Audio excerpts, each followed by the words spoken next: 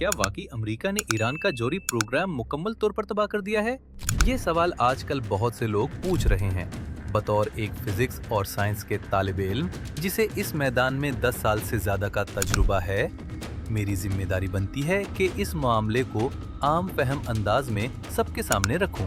देखें, nuclear programme कोई छोटा मोटा प्रोजेक्ट नहीं होता। ये ना कोई लेबोरेटरी का कमरा होता है और ना ही कोई ब्रीफ केस। एक मुकम्मल सिस्टम होता है जिसमें शामिल होते हैं हजारों सेंट्रीफ्यूजेस, मीलों तवील पाइपिंग, हसास दर्जाने हरारत और दबाव पर चलने वाले कंट्रोल सिस्टम्स, मखसूस बिजली की फराहमी और एक ऐसा माहौलियाती निज़ाम जो आम फैक्ट्री में बनाना मुमकिन नहीं। अमेरिका ने जिन मराकिज को निशाना बनाया, जैसे कि नतनीज और फिरदू, ये आम इमारतें नहीं थीं। ये वो जगहें थीं जहां ईरान यूरेनियम को अफजूदा करता है। ये मराकिज जमीन के अंदर पहाड़ों के नीचे सख्त चट्टानों में महफूज किए गए थे ताकि किसी भी हमले में महफूज रह सके। लोग कहते हैं कि अमेरिका ने बैंकर बिस्टर बम इस्तेमाल किए जो जमीन के अंदर 50 से 60 मीटर तक जाकर धमाका कर सकते हैं। जी हाँ, ऐसी टेक्नोलॉजी मौजूद है, लेकिन याद रखें, 1 या 2 बम किसी भी मुकम्मल तंसीब को मुकम्मल तौर पर तबाह नहीं कर सकते, खास तौर पर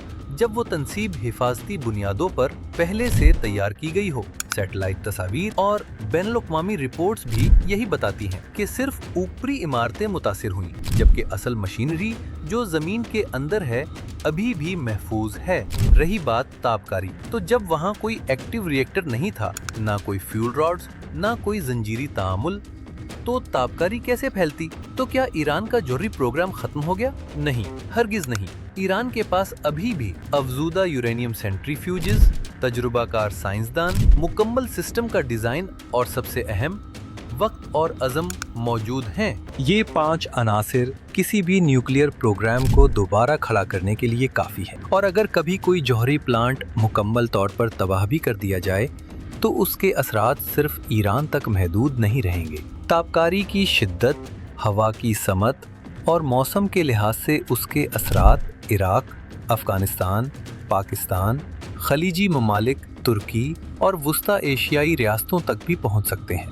याद रखिए, तापकार ज़राते हवा और पानी के ज़रिए हज़ारों किलोमीटर दूर तक जा सकते हैं। चेरनोबिल और फुकुशिमा जैसे वाक़यात इस हकीकत का सबूत हैं कि न्यूक्लियर तबाही सिर्फ एक मुल्क या सरहद तक महदूद नहीं रहती, ये इंसानियत का मसला बन जाती है। तो जो लोग ये समझ रहे हैं कि सब ख़त्म हो गया, उनसे सिर्फ इतना कहना है, ये फिल्म नहीं, ये न्यूक्लियर फिजिक्स।